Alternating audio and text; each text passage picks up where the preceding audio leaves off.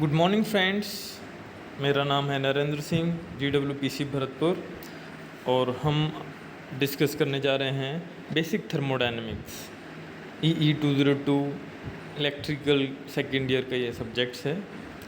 कल हमने थर्मोडायनेमिक्स के बेसिक के बारे में कुछ डिस्कस किया था कि थर्मोडायनेमिक्स क्या है, उसका क्या उद्देश्य है, इस विषय को पढ़ने का, इस विषय को क्यों हम पढ़ रहे हैं और इसको पढ़ने के बाद हमें क्या मिलेगा, क्या हमें जानने को मिलेगा, क्या सवालों के जवाब हमें मिल पाएंगे, वो सारे हमने डिस्कस किए थे।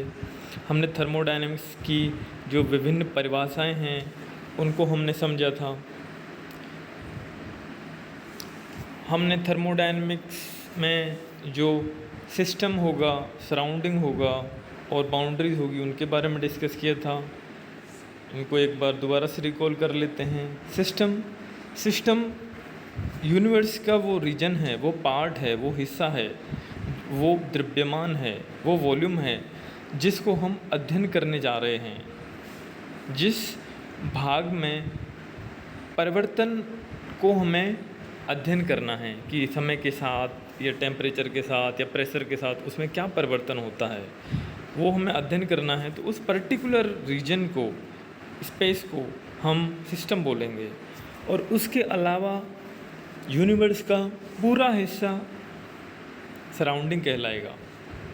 लेकिन पूरे हिस्से को ना कंसीडर करके हम उसी हिस्से पे ध्यान केंद्रित करते हैं जो हिस्सा, ब्रह्मांड का जो हिस्सा उस सिस्टम को अफेक्ट कर रहा है।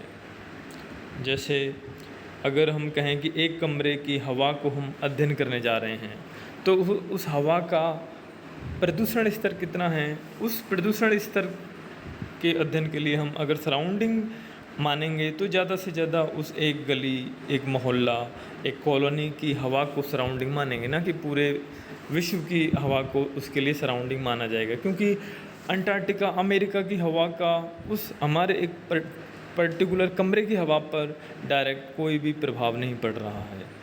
इसलिए जिस क्षेत्र का प्रभाव उस सिस्टम पर पड़ रहा है, उसी क्षेत्र को हम, उसी रीजन को हम सराउंडिंग में कंसीडर करेंगे। और वो काल्पनिक या वास्तविक, फिक्स या मूवेबल सतह, सरफेस, जो बाउंड्री, जो सिस्टम और सराउंडिंग को डिस्टिंग्विश करती है, विभाजित करती है, उसको हम बाउंड्री बोलते हैं। ये फिक्स भी हो सकती है, मूवेबल भी हो सकती है, ये काल्पनिक भी हो सकती है और ये वास्तविक भी हो सकती है, जैसा कि कल हमने डिस्कस किया था।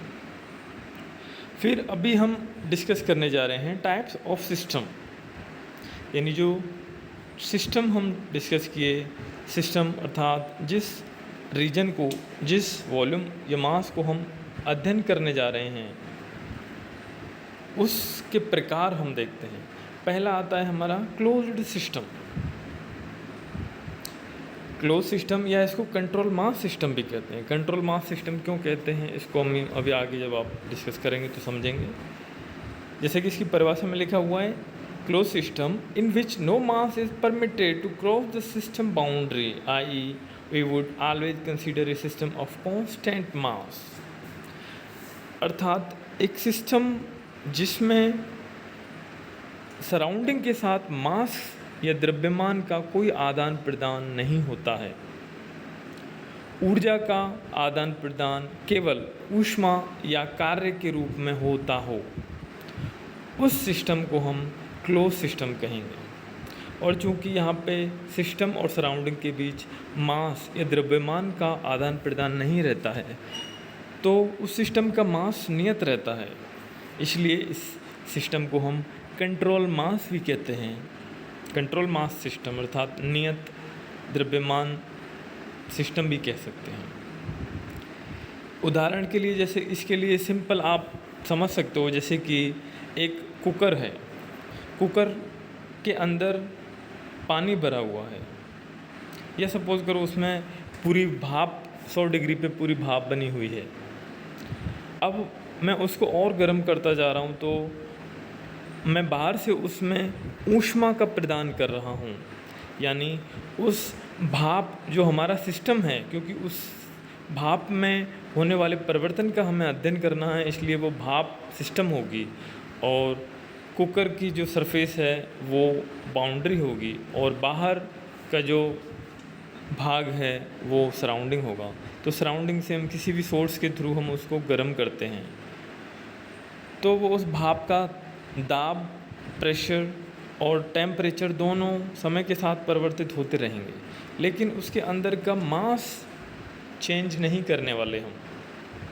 तो इसको हम कंट्रोल मास सिस्टम के अंतर्गत अध्ययन करेंगे। जैसे कि पिछली वाले क्लिप, इसमें हमने देखा कि ये जो पिस्टन सिलेंडर वाला राइट साइड में आप डायग्राम देख रहे हो, ये जो ब्लू वाला पोर्शन है ये एक पिस्टन है, और बाकी जो भाग है, पतली वाली लाइन है, 3, 2 वर्टिकल, 1 हॉरिजॉन्टल, वो सिलेंडर है। तो इसमें ये पिस्टन ऊपर नीचे मूव करेगा, लेकिन इसके अंदर जो गैस भरी हुई होगी वो, उसका आयतन बढ़ेगा घटेगा, लेकिन उसका मास में कोई फ़र्क नहीं पड़ेगा। क्योंकि अभी सपोज करो मैं इसको गर्म करूँगा तो इसके अंदर जो गैस होगी वो एक्सपेंड होगी, फैलेगी, अपना आयतन बढ़ाएगी। तो ये ऊपर जो पिस्टन है जो मूवेबल बाउंड्री का काम कर रहा है वो ऊपर की तरफ मूव होगा, तो इसमें इसका मास चेंज नहीं हो रहा है। हाँ, हम सराउंडिंग से इसको हीट अप करेंगे, गर्म करेंगे, यानी ऊष्मा इसको देंगे। तो ऊर्जा हमारी किस रूप में आदान प्रदान हो रही सिस्टम और सराउंडिंग में? मास के रूप में नहीं हो रही है, केवल ऊष्मा के रूप में हो रही है। तो ये एक कंट्रोल मास सिस्टम होगा, या कंट्रोल मास या close system. We do permit energy, heat and और वर्क टू इंटर और leave but no mass. Close system, बंद निकाय में क्या होता है, हम एनर्जी किस रूप में आदान प्रदान कर सकते हैं? कार्य या ऊष्मा के रूप में, अथवा दोनों या दोनों में से एक। लेकिन मास का आदान प्रदान सराउंडिंग के साथ नहीं होता है। एग्जाम्पल क्या है इसका? Piston cylinder arrangement without valves. ये वाल्व्स के बारे में हम जब आगे इंटरनल कंबशन इंजन पढ़ेंगे तब मैं आप लोगों को बताऊंगा। अभी सिर्फ आप इतना समझ लीजिए कि वो निकाय जिसमें हम ऊर्जा का आदान प्रदान सराउंडिंग के साथ केवल वर्क, कार्य या ऊष्मा के रूप में करते हैं और मास का कोई आदान प्रदान नहीं होता है, तो उसको कंट्रोल मास या क्लोज सिस्टम कहते हैं। दूसरा है हमारा ओपन सिस्टम, जिसको हम कंट्रोल वॉल्यूम भी कहते हैं। इसमें क्या होगा? इसमें जो ऊर्जा का आदान प्रदान है वो कार्य या ऊष्मा के साथ साथ मास के रूप में भी होगा, यानी सिस्टम और सराउंडिंग के बीच में जो आपसी इंटरेक्शन होगा वो ऊष्मा या कार्य या मास के रूप में होगा। Open system in which we permit mass and energy to cross the system boundary in either direction from the system to surrounding or vice versa। या तो हम मास या वर्क या हीट, ऊष्मा सिस्टम से सराउंडिंग को दे सकते हैं या सराउंडिंग से सिस्टम को। आदान प्रदान है वो किसी भी दिशा में हो सकता है, या तो सराउंडिंग से सिस्टम की तरफ या सिस्टम से सराउंडिंग की तरफ।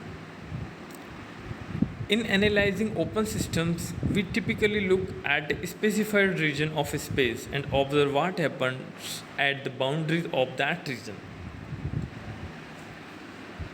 इसमें क्या होता है?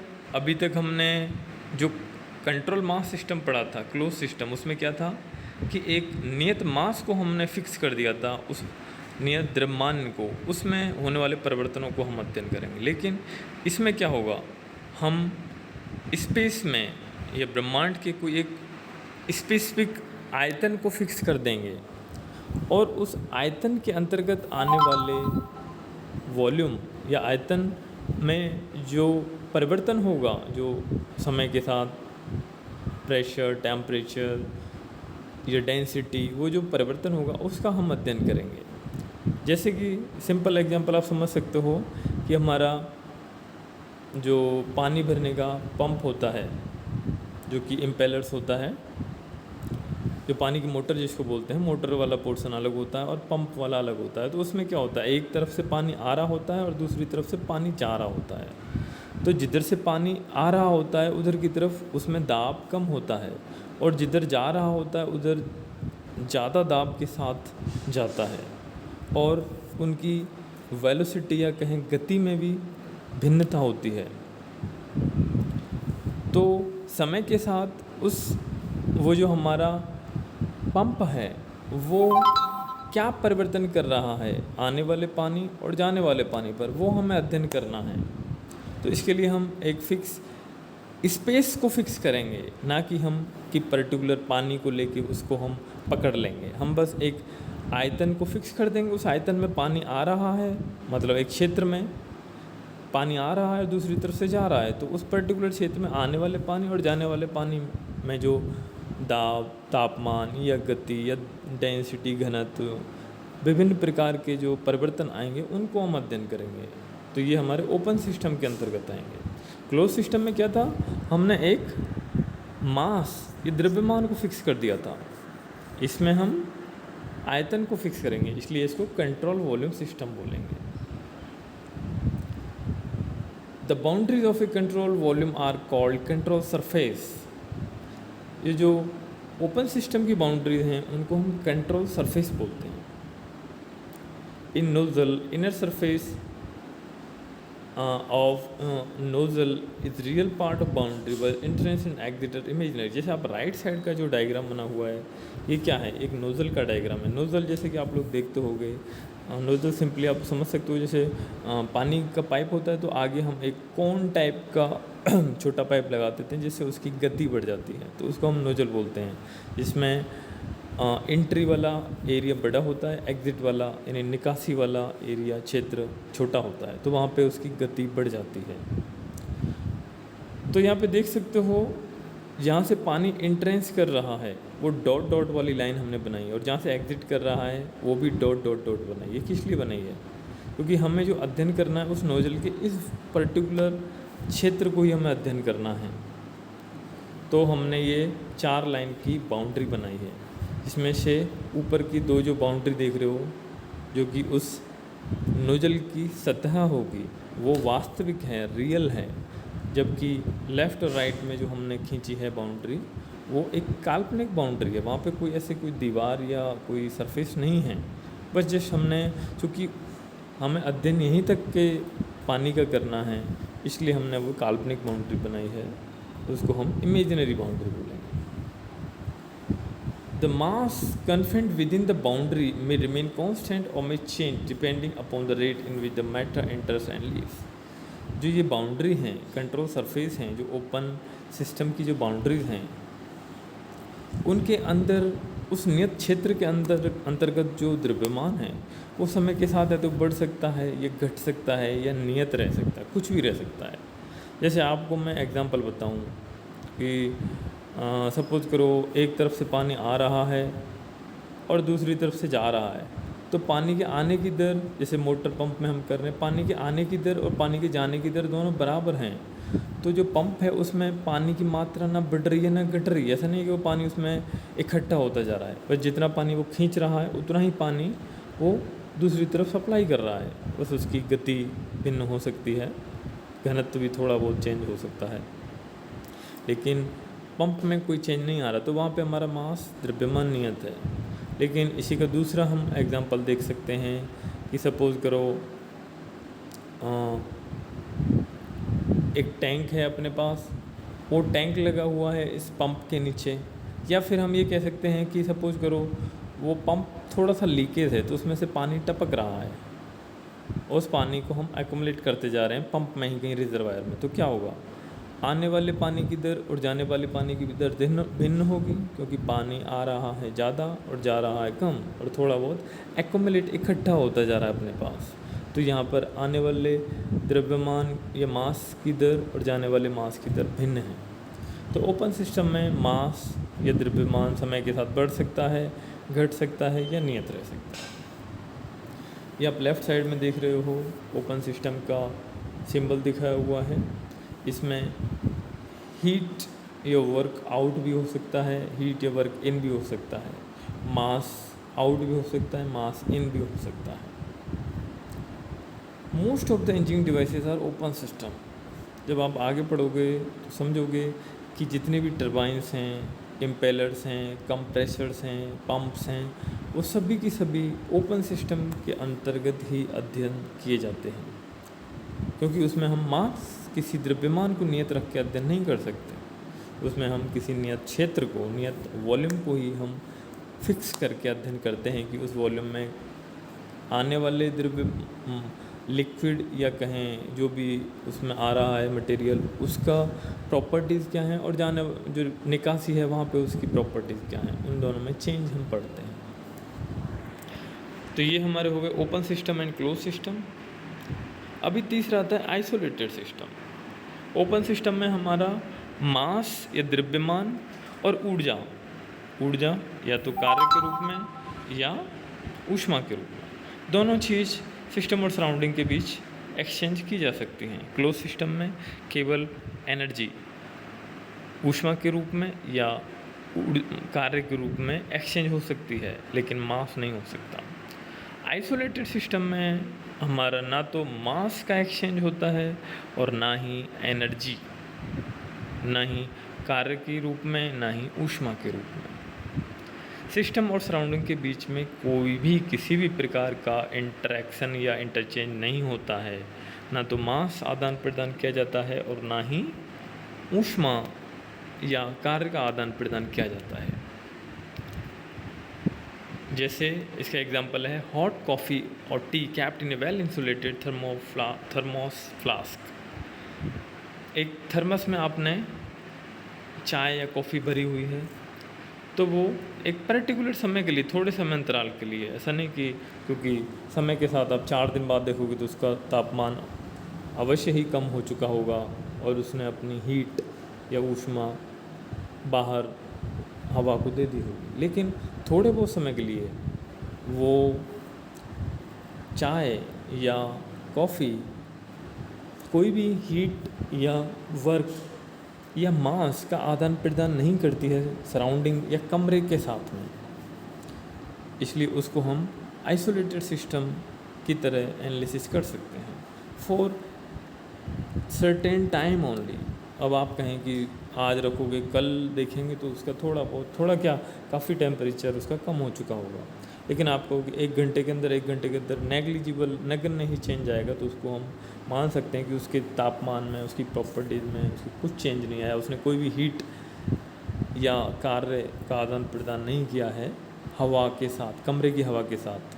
यहाँ पर कमरे की हवा उस सिस्टम के लिए, सिस्टम क्या होगा, चाय या कॉफ़ी, सिस्टम के लिए यूनिवर्स का काम करेगी कमरे की हवा। तो ये हमारे 3 टाइप के सिस्टम हो गए, close system, open system and isolated system.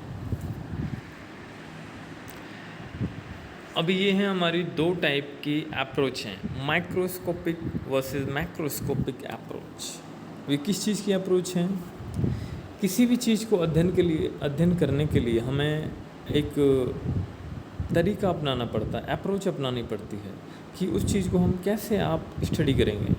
कि सपोज़ करो आपको एक बड़ी यूनिवर्सिटी है या कहें कि एक स्कूल है, उस स्कूल में 1 से लेकर 12वीं तक कक्षाएं हैं और आपको काम दिया जाए कि आपको उन बच्चों का अध्ययन करना है, बच्चों के व्यवहार के बारे में अध्ययन करना है। तो एक तो हो सकता है कि आप एक बच्चे के पास जाके उनके व्यवहार के बारे में पता करें और फिर एक निष्कर्ष पर आप निकलें। एक दूसरा हो सकता है कि आप 10-10 बच्चों का हर क्लास में से 10-10 बच्चों की ग्रुप बना लें और उन ग्रुपों को 1-2 बच्चों का ही बस निष्कर्ष निकाल के या ग्रुप का एवरेज निष्कर्ष निकाल के आप रिपोर्ट दें। तो ये माइक्रोस्कोपिक अप्रोच जो है वो एक बच्चे तक जाने वाली अप्रोच है, और मैक्रोस्कोपिक एक झुंड में से थोड़ा बहुत हमने ले लिया। जैसे सपोज करो पूरे स्कूल के एक बच्चे का अध्ययन ना करके हम केवल रैंडमली ही 8-10 बच्चों को उठा लें और उनका व्यवहार का अध्ययन करें और हम कह दें कि पूरे स्कूल का व्यवहार ऐसा है, पूरे स्कूल के बच्चों का व्यवहार ऐसा है, तो वो हो जाएगा हमारा macroscopic approach. In the case of microscopic approach, single individual particle is under consideration. Microscopic approach में जिस भी द्रव्यमान का हम अध्ययन कर रहे हैं, लिक्विड है, गैस है, जो भी है, तो उसका हर एक पार्टिकल का अध्ययन करने के बाद हम किसी निष्कर्ष पे निकलते हैं। जबकि मैक्रोस्कोपिक अप्रोच में क्या है, तो in the case of macroscopic approach the time average behaviour of the molecules is under consideration. यहाँ पर औसत समय के साथ औसत व्यवहार जो है उन पार्टिकल्स का औसत निकाल के हम उसका एनालिसिस करते हैं, ना कि एक एक पार्टिकल का लेके। In our thermodynamics we are generally dealing with macroscopic approach. Thermodynamics में हम औसत पर ही निर्भर करते हैं, एक एक पार्टिकल का हम अध्ययन करवाना संभव नहीं है। तो हमारा थर्मोडायनेमिक्स में मैक्रोस्कोपिक अप्रोच का ही यूज़ होता है। उसी के आधार पर किसी भी मास का तापमान या उसका प्रेशर इंडिकेट किया जाता है। ऐसा नहीं है कि हर एक मॉलिक्यूल का हम तापमान मेज़र करते हैं और फिर हम कहते हैं कि इनका एवरेज तापमान इतना है, ऐसा नहीं है। उन सभी का जो इफ़ेक्ट आ रहा है, एवरेज इफ़ेक्ट जो आ रहा है, वो हम कंसीडर करते हैं बस।